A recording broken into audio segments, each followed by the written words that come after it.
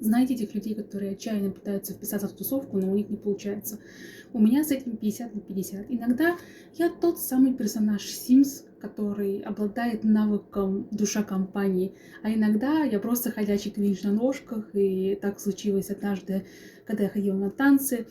В группе были девчонки лет 13-15, и среди них я чувствовала себя очень-очень-очень сильно неловко. И я не знала иногда, как начать разговор, либо как его поддержать.